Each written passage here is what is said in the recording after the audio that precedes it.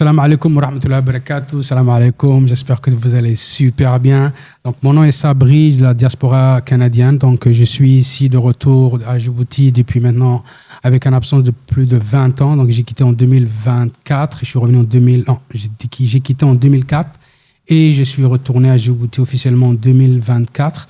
Le but étant bien sûr de parler de développement économique, de parler des entrepreneuriats et bien sûr de montrer en fait les activités économiques, qu'est-ce qui se passe en développement à Djibouti. Donc le podcast s'appelle Rendez-vous avec Sabri. Aujourd'hui, j'ai l'honneur et l'immense plaisir d'accueillir mon premier invité. Donc mon premier invité, Monsieur Dato. Monsieur Dato est un entrepreneur, donc un des entrepreneurs le plus motivé que j'ai rencontré à Djibouti. Donc, son nom complet, Monsieur Dato Gaz Ali. Donc, il est entrepreneur. Il a l'entreprise qui s'appelle Amyota. Donc, Amyota, c'est donc une entreprise. Donc, il aura le temps, bien sûr, de nous parler plus en détail. C'est une entreprise djiboutienne, fondée par des Djiboutiens, qui a le but d'aider les parents à avoir, bien sûr, des produits hygiéniques et les femmes aussi à avoir des produits hygiéniques. Donc, qui respectent, bien sûr, la caractéristique spécifique des Djiboutiens. Donc, voilà. Donc, aujourd'hui, nous avons l'honneur et le plaisir de le recevoir. Donc, nous allons parler de plusieurs sujets. Nous allons parler en premier lieu de son parcours. Nous allons parler de son entreprise. Nous allons parler des défis qu'il a rencontrés en tant qu'entrepreneur. Nous allons parler des soutiens qu'il a reçus. Nous allons parler aussi, bien sûr, du projet REDA. C'est un projet qui tient beaucoup à cœur. Donc, il aura le temps de nous donner plus de détails là-dessus. Donc, nous allons parler de ses loisirs, la gestion de stress, parce qu'on connaît qu'un entrepreneur, il a beaucoup de stress. Donc là, on va savoir quelles sont les astuces qu'il peut partager avec les autres entrepreneurs pour enlever le stress. Ensuite, bien sûr, un conseil aux jeunes entrepreneurs et à la fin, avec un mot de remerciement. Welcome, welcome, welcome, welcome.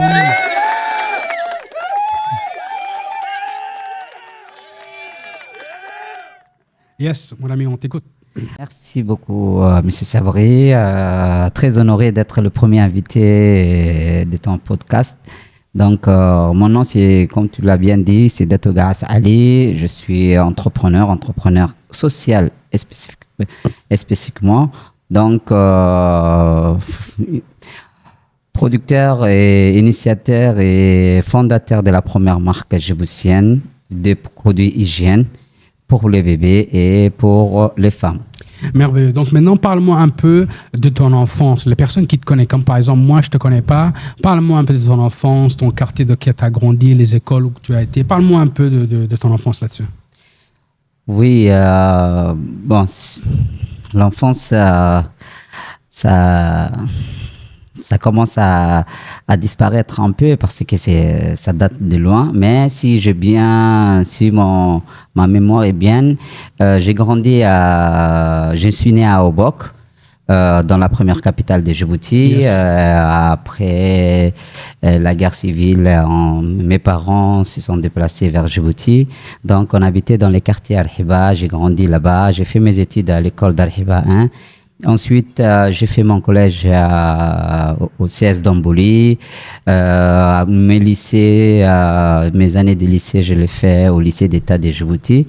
Et je fais 2 ans le lycée, mon terminal. Donc, mon deuxième terminal, je le fais au lycée de Balbala.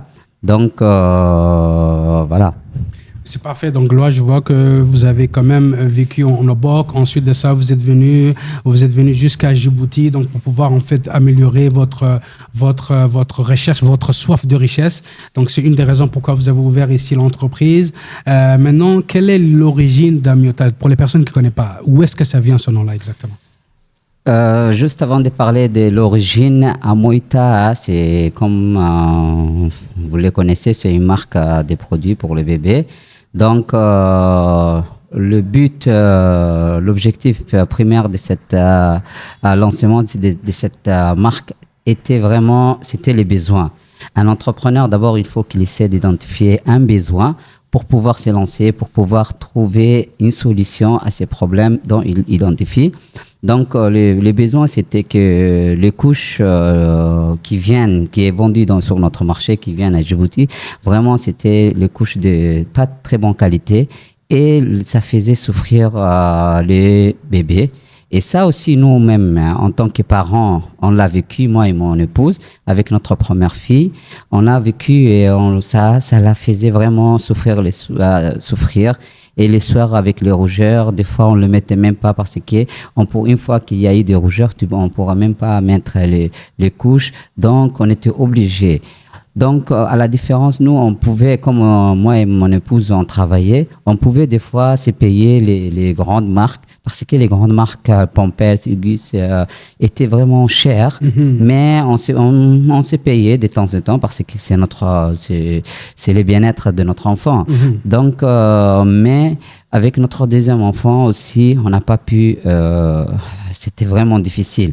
Subir le même stress que le premier enfant. Et ça aussi, quand on a été en vacances en France, pour notre vacances, on a vu que là-bas, il y avait l'un est meilleur que l'autre, les couches. Après, je me suis dit, on a discuté un peu avec mon épouse, on a dit, ici, les couches sont, l'un est meilleur que l'autre. Et pourquoi pas dans notre pays, pourquoi on n'a pas droit à ces qualités? Donc, de là où l'idée est venue, en revenant à Djibouti, j'ai voulu, pour lancer ça, j'ai vendu ma voiture. J'avais un hardtop avec lequel je travaillais, je faisais des locations, j'ai vendu pour aller en Chine, et là-bas, j'ai cherché, j'ai fait presque 5-10 usines pour trouver la meilleure qualité. Je l'ai testé. Donc, après, une fois trouvé l'usine, j'ai contacté mon épouse, j'ai dit, là, on a l'usine, on a une très bonne qualité. C'est une usine qui travaille avec l'Europe, l'Amérique. On est le premier qui va travailler en Afrique. Et après, comme c'était un conteneur, 2 conteneurs, ils ont dit non, on ne le fait pas parce que c'est une usine qui travaillait avec des très gros volumes. Donc, comme on voulait faire une marque, après, je leur ai demandé à que si je pouvais faire une marque. Ils ont dit, il n'y a pas de problème, juste il y a un plus à payer. J'ai dit, il n'y a pas de problème. Et j'ai contacté, j'ai pris les informations, je suis rentré à Djibouti, j'ai pris des photos de mon fils qui était né, et qui est même sur la photo de couche, c'est lui-même. Donc, on a voulu chercher aussi les noms. On a dit, donc, une fois qu'on a la photo, il faut qu'on fasse une marque spécifique pour nous. Pour apporter la différence, notre propre touche. Donc, c'est à ce moment-là qu'on a lancé Amoita. Amoita, ça veut dire roi en langue maternelle. Et aussi pour apporter la touche nationale, on a voulu donner Amoita, c'est en afar, ça veut dire roi. Et aussi, dans chaque foyer, les bébés et roi, le bébé. C'est vrai. Chaque parent, même si c'est des personnes qui n'ont pas de très bonnes ressources, ils ramènent, ils donnent tout le meilleur, toute la richesse du monde pour donner le bonheur à leur bébé. Donc, dans ce sens, on a dit, ça va rimer parce que c'est un produit qui va essayer de donner ce confort, cet bien-être au bébé. Donc, c'est dans ce sens qu'on l'a appelé Amoita. Et voilà, aujourd'hui, il est Amoita. Et les couches, c'est le roi de toutes les couches. Comme son nom l'indique, donc c'est dans ce sens qu'on l'a nommé Amoita. Parfait. Donc ça, si j'ai bien compris, les produits Amoita, c'est des produits de très bonne qualité à des prix abordables pour les Djiboutiens, si j'ai bien compris. Exactement. Et on voulait apporter ces touches aussi parce que les couches de très bonne qualité étaient très chères, comme on l'a dit. Et aujourd'hui, nous, c'est pas avec les couches qui sont sur le marché qu'on fait la concurrence, on fait avec les grandes marques pour vraiment donner cette importance. Donc aujourd'hui, notre produit coûte 3 fois, 4 fois moins cher que les grandes marques, mais des fois même plus de qualité, plus meilleur que ces grandes marques. Aujourd'hui, au lieu d'acheter Pampers, qui coûte à 6 000 francs, à 7 000 francs, les parents préfèrent acheter un Amoita qui coûte 2 000 francs. C'est ça. Et au lieu d'acheter un seul, ils prennent 3 paquets d'Amoita. C'est ça. Donc, c'est cette touche-là qu'on voulait apporter, mais au-delà de ce prix, c'est vraiment, on voulait casser la différence des classes sociales. Parce que il y avait certaines classes qui pouvaient accéder au prix de qualité. Il y avait d'autres qu'aujourd'hui, grâce à Amoita, tout le monde a accès, que ce soit que tu as les moyens ou pas, tu as accès à Amoita. Et c'est ça, pourquoi on est devenu des entrepreneurs sociaux. On a apporté cette touche sociale pour offrir cette qualité à tous les bébés, donc qui n'ont rien demandé, les bébés. Donc c'est ces touches-là qu'on a apporté, vraiment, c'est ça la différence. Merveilleux. Puis j'ai remarqué, j'ai visité votre site internet aussi, donc vous avez un beau site internet, machallah, c'est très très bon. Vous avez pas seulement des produits de bébés, vous avez aussi des produits pour femmes, si j'ai bien compris. Oui, Carrera. Carré, parfait.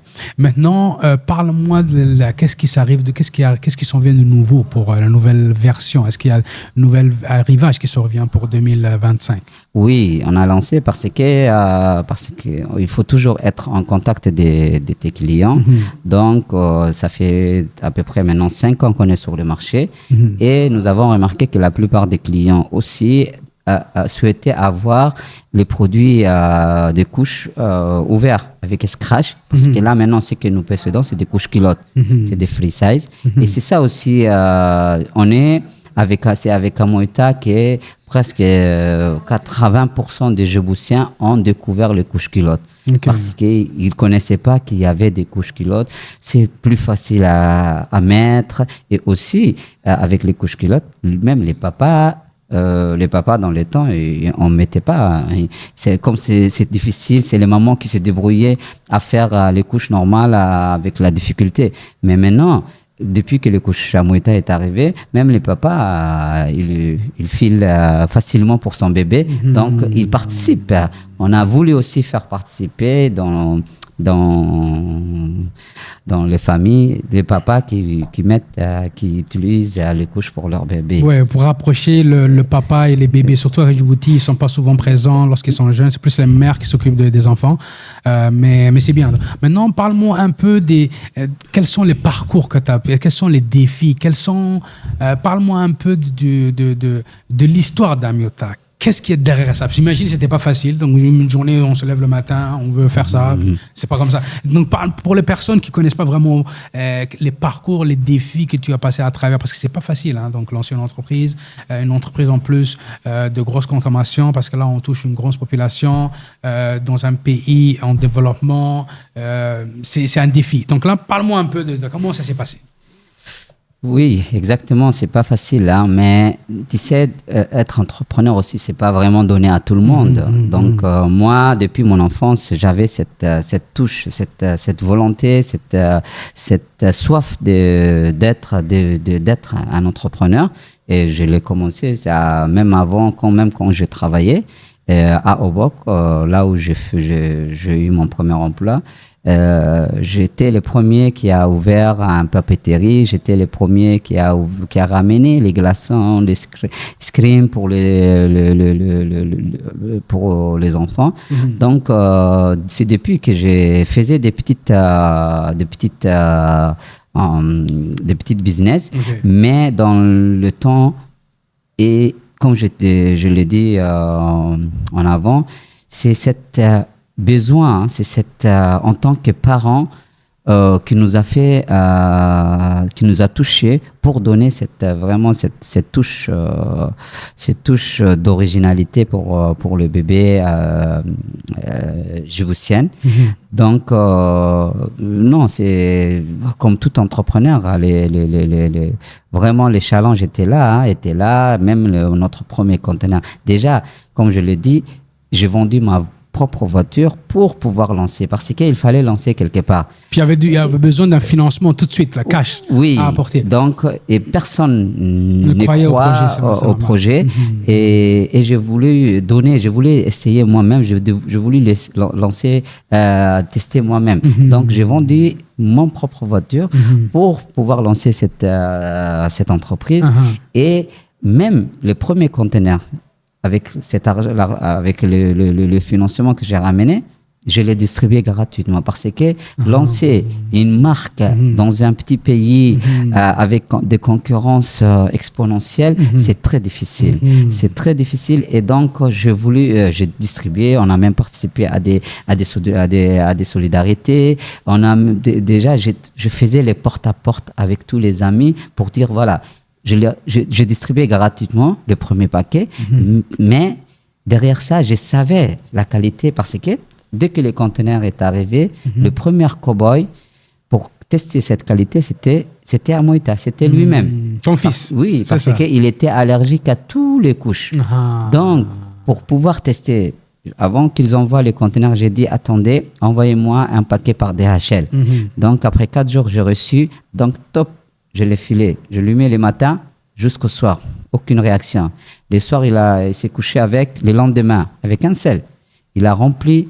Il n'y a pas aucun désir, aucun grattement, aucun peau rouge, rien était du tout. Propre. Parfait. Et les couches étaient pleines. Si lui n'a pas réagi, donc j'ai dit c'est bon, go.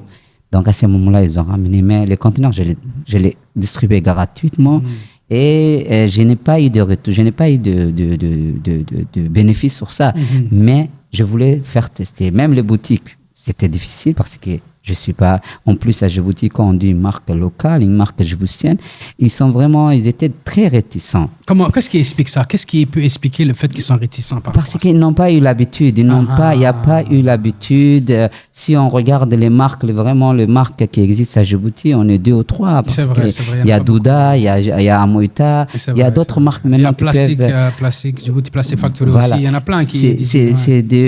On n'est pas beaucoup et on n'a pas, à Djibouti, notre communauté, notre société n'a pas l'habitude d'avoir parce qu'on n'a pas... Surtout de soutenir les entrepreneurs locaux. Exemple, tu vas dans un magasin, tu vas dans une boutique, tu dis écoute, moi je suis entrepreneur, je vends ça. Ça va être difficile. Ça va être difficile. Ça a été difficile. Des fois, même les boutiques, ils prenaient un paquet, un carton, ils le mettaient en paille, ils les cachaient. Après ça, ils disaient que ça ne se vendait pas. Après, voilà. En plus, ils ne te payent pas. Ils disent reviens dès que ça finit. Je faisais les dépôts-ventes. Imagine. Déjà, je fais les dépôts-ventes, je ne reçois pas de l'argent, mes couches sont déjà distribuées. Deuxièmement, le peu de financement que j'avais, j'ai utilisé les premiers conteneurs. Troisièmement, on me paie et je n'ai pas de stock. Et si demain ça finit, je ne peux pas. Donc, à ce moment-là, même des fois, pour pouvoir donner cette volonté, pour pouvoir montrer que ça marche, j'ai utilisé mon propre technique. Qu'est-ce que je faisais? Je partais avec les amis dans la voiture. Donc, j'ai dit, les boutiques qui ont refusé, j'ai dit, un ami, descend, va demander à la boutique arabe s'il a les couches à Moïta. Les gars, il part. Il demande, vous avez les couches à Moïta? Il dit, non, c'est quoi? Non, après 1 minute, après 5 minutes, moi je pars. Un autre gars. Je pars avec le coup. Ok. J'en ai. J'ai entendu. Et qu'est-ce que je fais? Je le donne. Le deuxième jour, j'envoie un autre qui a besoin de couches. Je dis non, n'achète pas de moi. Je dis va acheter de lui. C'est bien ça. Et comme ça, même, je crée les clientèles donc pour eux. Et c'est comme ça que j'ai pu faire introduire sur les marchés. Aujourd'hui, c'est le contraire. C'est eux-mêmes. C'est les boutiques eux-mêmes qui commandent. Donc, mais maintenant, si j'ai bien compris, vous êtes dans les plus gros coins de vente ici à Djibouti. Là. Donc, où est-ce qu'on peut trouver actuellement? Actuellement, presque partout. La différence aussi entre Amoïta et les autres marques qui existent à Djibouti, Amoïta, tu peux trouver partout. Dans le supermarché, dans les pharmacies, dans les boutiques arabes, dans les petites boutiques, dans les régions. Dans les régions aussi? Dans les régions aussi. Où est-ce qu'on peut trouver? On peut trouver ça au bord? Oui, les premiers endroits, comme j'étais là-bas, c'est là-bas que j'ai introduit. À Tadjoura, j'ai introduit. J'ai envoyé partout parce que comme on avait des clubs de jeunes entrepreneurs aussi, j'ai utilisé. Mais après, ma capacité ne me permettait pas de pouvoir toucher les régions.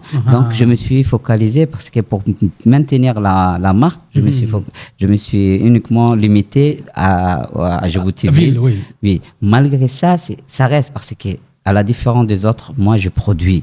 Aujourd'hui, les couches qui sont sur le marché, il n'y en a que 2 mois. C'est vrai. Donc, c'est des produits frais. Ouais, c'est Par vrai. rapport à d'autres, c'est des... Ils ne savent pas quand est-ce que ça a été produit. C'est vrai. Ils ramènent des stocks. C'est vrai. Mais moi, c'est des produits frais. C'est pour ça que les enfants se grattent pas et tout, parce que tout est frais là et tout. Maintenant, parle-moi un peu de Reda. J'aimerais ça que tu me parles un peu de Reda là-dessus. Reda, comment ça a été fondé, c'est quoi la mission et qui sont l'équipe qui sont derrière Reda? Je t'écoute. Reda, c'est bon, comme son acronyme dit, c'est Reda, Réseau des entrepreneurs djiboutiens ambitieux. Okay. Donc c'est pour vraiment dévaloriser l'entrepreneur djiboutien, de vraiment faire que le but de ce réseau, c'est que vraiment rassembler les entrepreneurs djiboutiens à y croire et vraiment à être solidaire. Et c'est ça parce que aujourd'hui le jeune entrepreneur, les jeunes ont compris l'importance de l'entrepreneuriat. C'est ça. Ils ne veulent plus travailler pour quiconque, ils veulent entreprendre, ils veulent avancer, ils veulent créer leur propre boîte. Donc aujourd'hui, c'est pas n'importe quel jeune qui sont dans le réseau, dans le Reda, c'est des jeunes qui entreprennent, c'est des gens motivés, qui ont cru à leur projet. Donc j'ai initié ça et j'ai voulu vraiment donner, puisque cet entrepreneur a cru en lui, et vraiment lui donner cette valeur et les développer davantage. Parce que on fait des réseautages et on fait on va même faire lever des fonds et même des fois on va faire pour éviter, pour un peu contrer, pour donner cette capitale, pour que l'entrepreneur a cette capitale. On va faire comme les anciens, comme dans l'ancien temps, les tontines. On va organiser des petites tontines. Et comme ça, au moins, chaque mois, un entrepreneur aura un petit capital pour pouvoir, même, ça va lui permettre à payer ses petites dépenses pour se stabiliser un peu. Donc, le but, c'est ça. C'est vraiment, et aussi, on a des entrepreneurs vraiment qui veulent internationaliser, qui veulent sortir des Djibouti. C'est vrai. Et ça, cette réseau, ça va nous permettre à vraiment faire des réseautats, faire des connexions avec les diasporas. Aujourd'hui, les diasporas qui n'arrivent pas, qui ne sont pas dans le pays, ils peuvent, à travers ces réseaux, ils peuvent entreprendre, ils peuvent aider ces jeunes entrepreneurs à vraiment à développer leur business et à croître, à développer. Et eux, après, même ça va le permettre aux diasporas, même qui ne sont pas là, ils vont travailler, ils vont aider leur pays, ils vont développer les pays à travers ces entrepreneurs parce que c'est des gens qui ont des projets, c'est des gens qui ont quelque chose déjà lancé. Oui, effectivement. Moi, j'ai eu la chance d'aller visiter Clé, le centre de leadership de Djibouti. C'est un endroit vraiment pour les entrepreneurs et pour les startups. Et c'est là, en fait, que justement, j'ai rencontré M. Dato qui est devant moi aujourd'hui. L'esprit entrepreneur de Djibouti est vraiment en transformation. Donc, actuellement, on est vraiment dans une bonne lancée. Nous avons Clé, donc le point focal des entrepreneurs ici à Djibouti.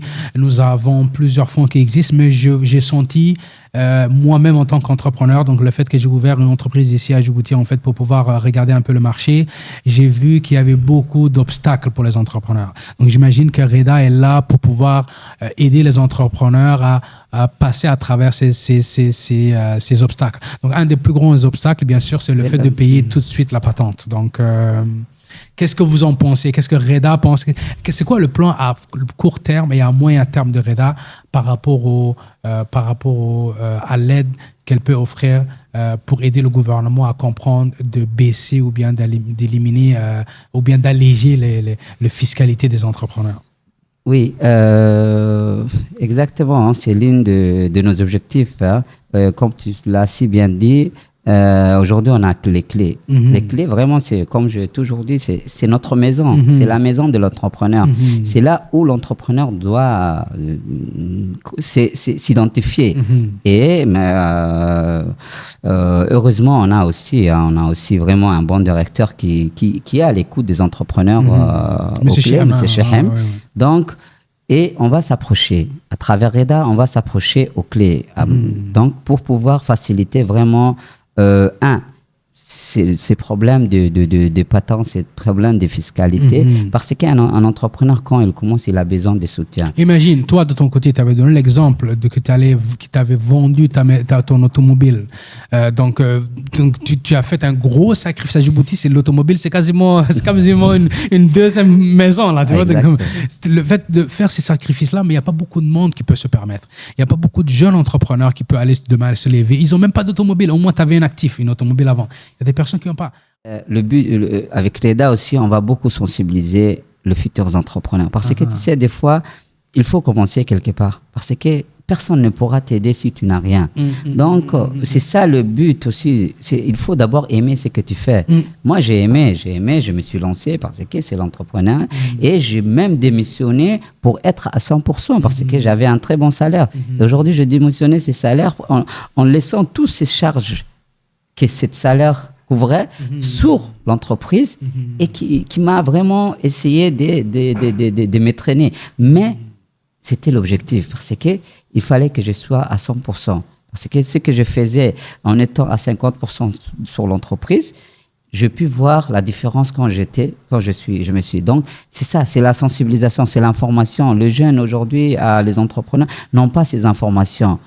Mais tu peux pas du jour au lendemain se lever et dire je vais créer une entreprise et aidez-moi. Non.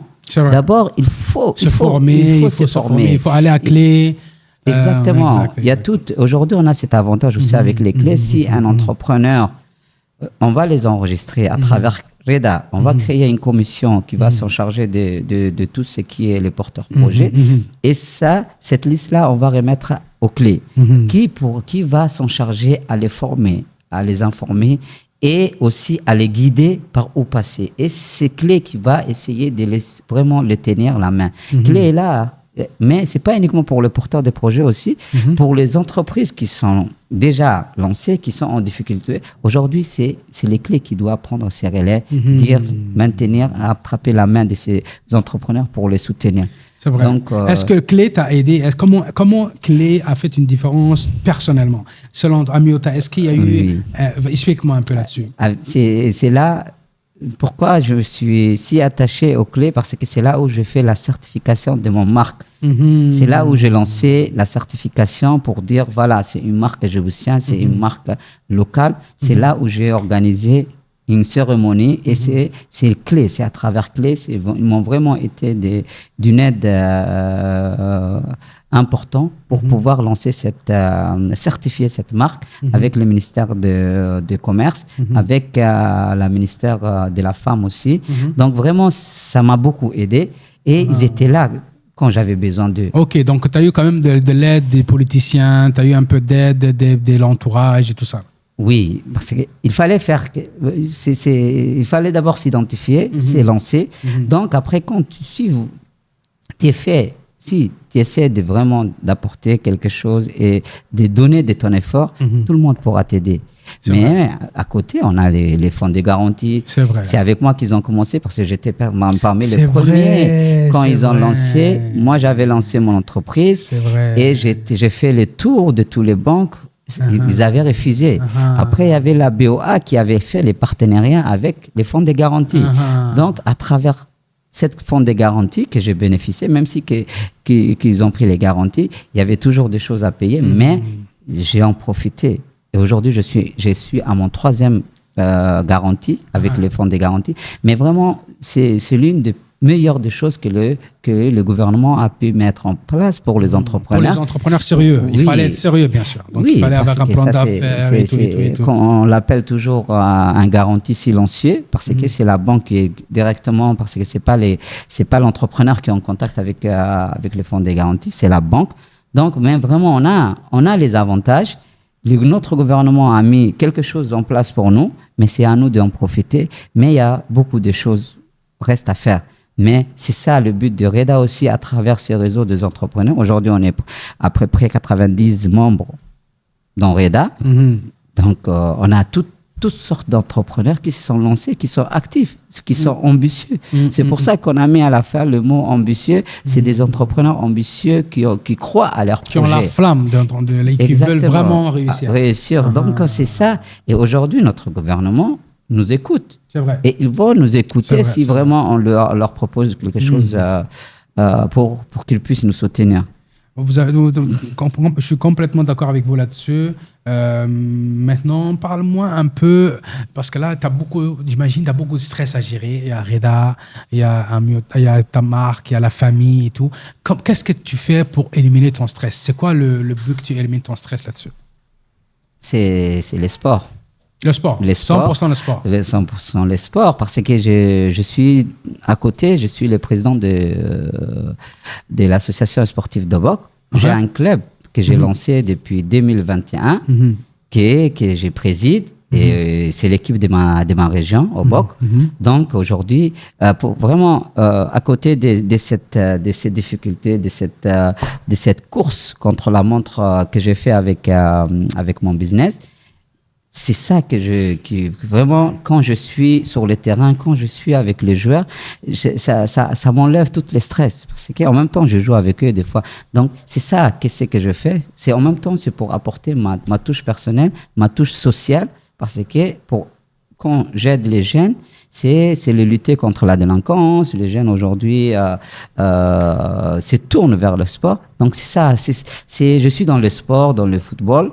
Et aujourd'hui, je fais partie de la fédération même. Je suis vice-président de la commission marketing. Vraiment, je vais apporter cette touche de mon côté pour pouvoir aider mon prochain, pour pouvoir avancer à réussir dans ce que je fais. C'est très bien. Moi, je trouve que c'est vraiment admirable. Le sport, pour toi, c'est quelque chose qui te permet de t'évacuer et tout. Donc ça, je trouve ça vraiment cool. Quels sont les remerciements que tu aimerais? Qui sont les personnes qui t'ont vraiment aidé? J'imagine ta femme était pour beaucoup. Ton fils, il est déjà dans la photo et tout. Quelles sont les personnes, ou bien les organismes, ou bien les personnes politiques, ou peu importe, donne-moi la liste des personnes qui t'ont aidé. Vas-y, fais-moi rêver. Non, ils sont tellement longs que je ne peux pas lister. Mais vraiment, à premier abord, je remercie vraiment énormément Monsieur Raymond de Koubèche, qui m'a vraiment, c'était mon mentor, c'est lui qui m'a essayé de donner cette courage, c'est de croire. Parce que en prenant, il m'a ouvert sa porte pour pouvoir vendre, pour pouvoir mettre sur les supermarchés. Et aussi, j'ai à côté la pharmacie Océan Indien, la pharmacie verte, qui m'a vraiment soutenu et qui me soutient toujours dans mes luttes. Et donc, voilà. Et surtout, un grand remerciement pour les parents qui ont cru, mes clients, vraiment qui ont cru en nous, qui ont voulu tester et nous donner ce bénéfice de doute, à croire que notre marque, la première marque djiboutienne, est meilleure que les autres. Et c'est ça qui vraiment, nous aussi, on avait confiance de notre produit qu'on avait lancé, mais vraiment, c'est ces parents-là qui nous ont donné cette confiance, qui ont voulu tester et qui sont restés toujours. Aujourd'hui, il y a des bébés avec lesquels on a commencé, ils ont 5 ans. Donc, nos remerciements vont à ces personnes, à ces mamans, à ces parents, à ces papas qui ont voulu nous donner cette confiance, cette volonté d'y croire et d'avancer malgré nos difficultés, malgré nos soucis. Parce que l'entrepreneur a toujours des difficultés, il y a des hauts, il y a des bas. Mais on n'a pas voulu, même si qu'on avait des moments où on était bas, on a cru à notre projet, on a dit il faut qu'on avance.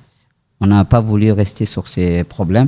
Et aujourd'hui, c'est pour ça qu'on avance et on veut faire de ces marques une des marques internationales et dire un jour, voilà, Amoita est une marque internationale.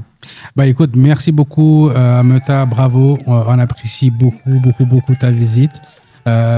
C'était vraiment très inspirant. Donc, bien sûr, si vous voulez encourager Monsieur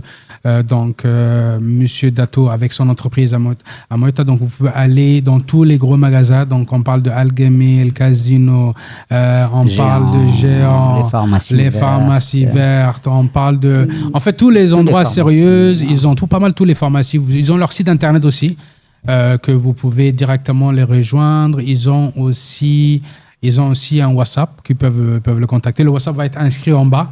Donc, on a tous nos clients, la plupart de nos clients, et on a un WhatsApp des clients. Un groupe que vous avez créé. Où on les informe, ils sont presque une centaine des parents qui sont à l'intérieur. Et aujourd'hui, là aussi, en 2025, on lance une nouvelle gamme, une autre modèle de couches à Moïta pour pouvoir, parce que ça, c'était les couches culottes. Là, maintenant, c'est les couches avec scratch ouvert, qui est un peu plus grand et plus de quantité, parce qu'il y avait certains parents, au début, dès qu'ils touchent les salaires, ils achetaient à Moïta.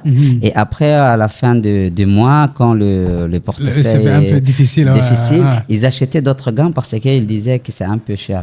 Là, maintenant, on a pensé à ces moments-là aussi pour pouvoir introduire une nouvelle gamme de 1 à 6.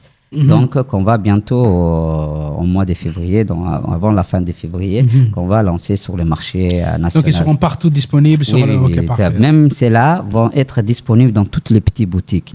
Parce que... c'est pas cher, puis c'est une bonne qualité. Oui, c'est pas cher, c'est la meilleure qualité. C'est la même qualité qu'à Moïta maintenant, mais moins cher et plus de quantité. On a voulu toucher vraiment à travers cette gamme les restes des parents, les restes des familles. Vraiment, on voulait à 100% être social maintenant parce que ça va être disponible dans toutes les petites boutiques, dans tous les quartiers. Là où il y a d'autres marques, à Moïta, c'est rare. Même on pourra, les boutiquiers vont le vendre à des pieds, à l'unité, pour pouvoir toucher ces familles qui arrivent à acheter les couches journalières. Parfait. Ben, écoute, merci beaucoup, Monsieur Dato. C'est très apprécié d'être venu. J'espère qu'on aura le temps de garder contact.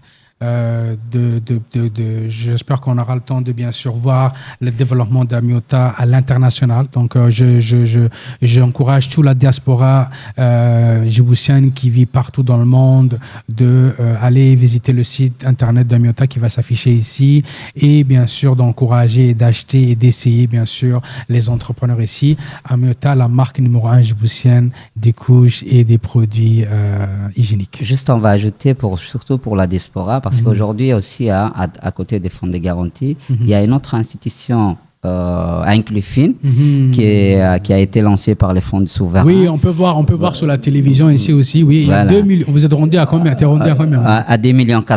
Et aujourd'hui, vraiment, ça fait presque une année qu'on a lancé, mais on n'a pas cet avantage aussi à Djibouti. C'est la première crowdfunding à lever des fonds à Djibouti. Et on a cette difficulté. Vraiment, je passerai les messages à nos concitoyens pour pouvoir y croire et à aider, à booster les entrepreneurs. Ça coûtera. On a fait l'action à 20 000.